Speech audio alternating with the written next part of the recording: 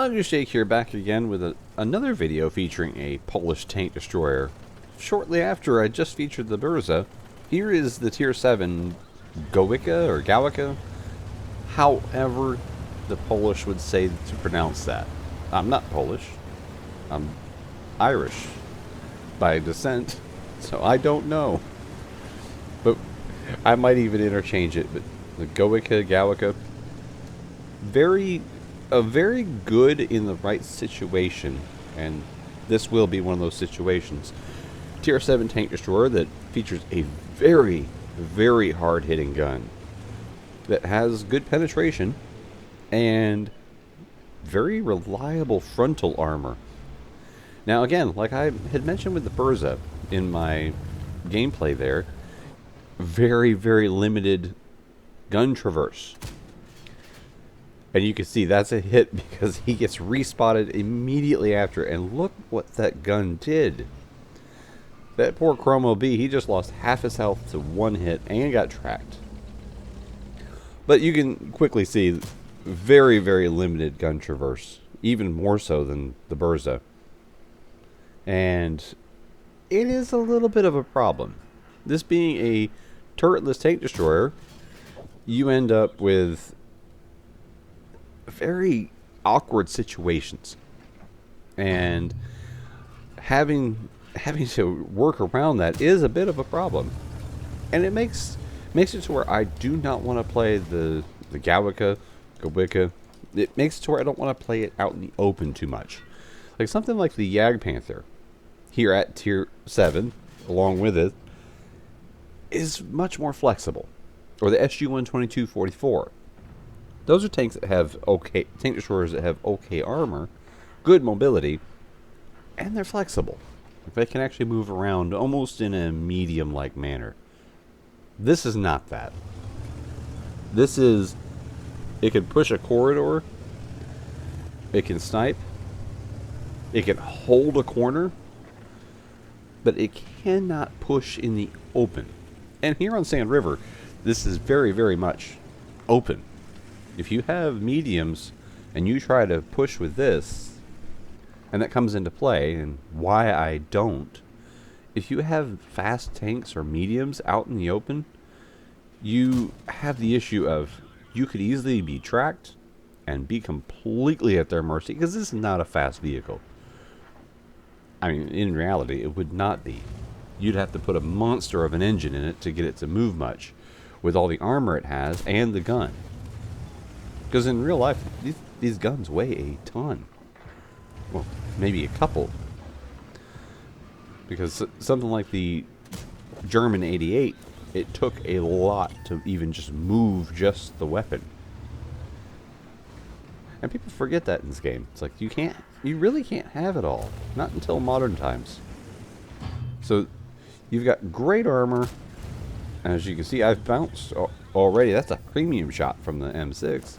And that 90mm premium, that thing punches through like 245 millimeters of armor. But the whole front of this is actually quite good, except for the lower plate. And this AMD, I don't know what he's doing. So focused on myself and the E25, I think, that he forgot he's driving straight at an artillery. But gameplay-wise, you're looking at what you kind of have to do. Now, could I have pushed up aggressively to help my heavies? Maybe. You can sometimes get away with playing the Gowika that way. But if you don't, actually, now that I think about it, Polish, would it be Gowika? With more of a V sound? I'm just thinking about that on the fly. It just sticks with me. Need to get a Polish person to actually pronounce that for me. But getting back to the game, the fact is you could possibly push up as long as you're not getting shot from multiple angles. You need to have the enemies in front of you. And there's only two ways to do that. You either have terrain features that mask your flanks, and that would be, corridors, like say shooting down a road on Himmelsdorf. That's one way. Or you snipe at range. because then they have to close the distance to be able to move to your right or left. And in this map, I'm choosing the latter. I'm choosing to snipe at range. Critique whether I should have been up at the front or not. That, like the Cheeto SP in front of me, that's another very strong armored tank destroyer, but he's dead. Yeah, that's what I feel would have been my fate, because the middle was so contested. And it's like I've already had well over my hit points and damage. Now, I shoot for at least double my own hit points every game, no matter what I'm in, except for light tanks. But you should always shoot to do at least at the bare minimum, your own hit points. But I shoot to do at least double. And I'm there pretty much. 900 HP vehicle, I need to be doing 1800 damage. Well, one more shot and I'm well over that. And we know that this isn't recording my shot on the Cromwell, so I think, okay, I've already had a good game. Now for sure. Couple kills, couple thousand damage. But this can do so much more. And yes, you keep seeing me with the belief that I gotta keep my eyes on the south, because last I seen it was a Firefly VC. He was down there. But we're now down to the AMD.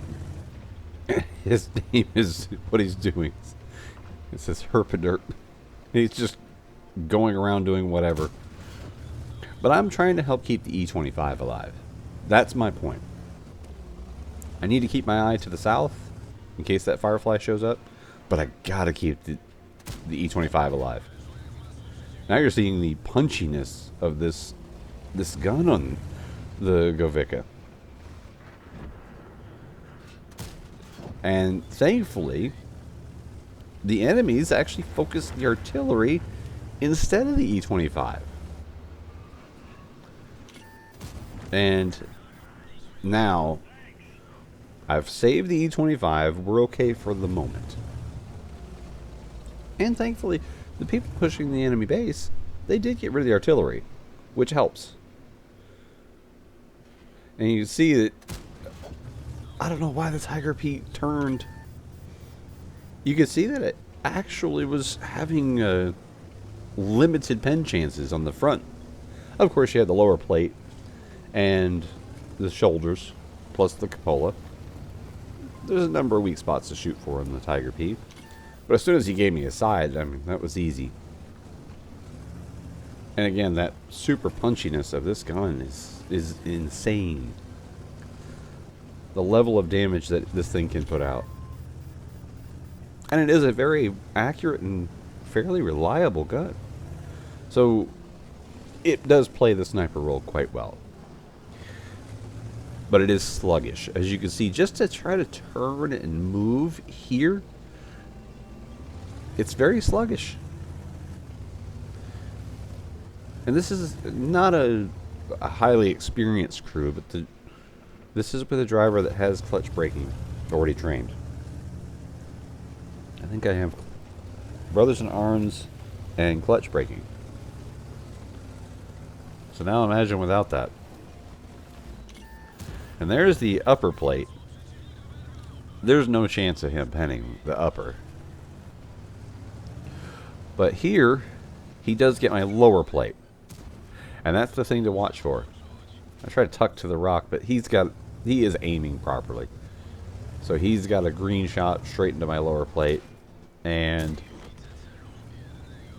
that problem's gone, though. But now we have the very mobile Cromwell B and the nearly dead Tiger P. And with the E25 still alive, I feel much more confident.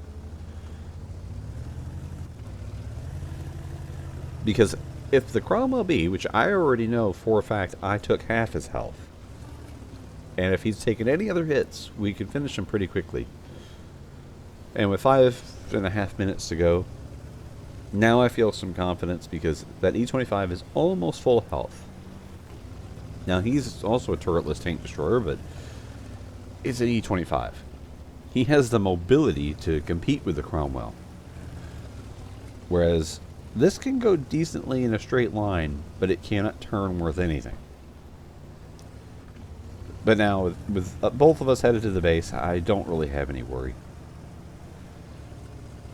Now, I'm mentioning in chat, it's like I'm showing basically 5,000 damage dealt, but that's not counting any damage that I did to the Cromwell B in that initial shot that tracked him. And here is a genuinely nice teammate. The E25 is just, he said, I'll be bait so you can get your 6th kill because he realizes I'm on 5. This is rare, we'll say. That's rare to see. Him and I had a little conversation after the game because he was congratulating me, and I told him, I said, thanks for being such a nice teammate. It's genuinely rare to see anymore. But I care more about the win than anything, so I actually come over here thinking, well, I don't want to chase around the Cromwell. I actually think the Cromwell, because he hasn't been spotted for so long, must have went north. I'm wrong. It's like, I don't know how I didn't see him. He must have been dipped below one of the dunes. Because he was to the south. Which meant him and I passed each other. But he pokes out just enough for me to snag a shot through his turret. And that finishes with a top gun and over 5,000 damage. 5,342 out of a tier 7.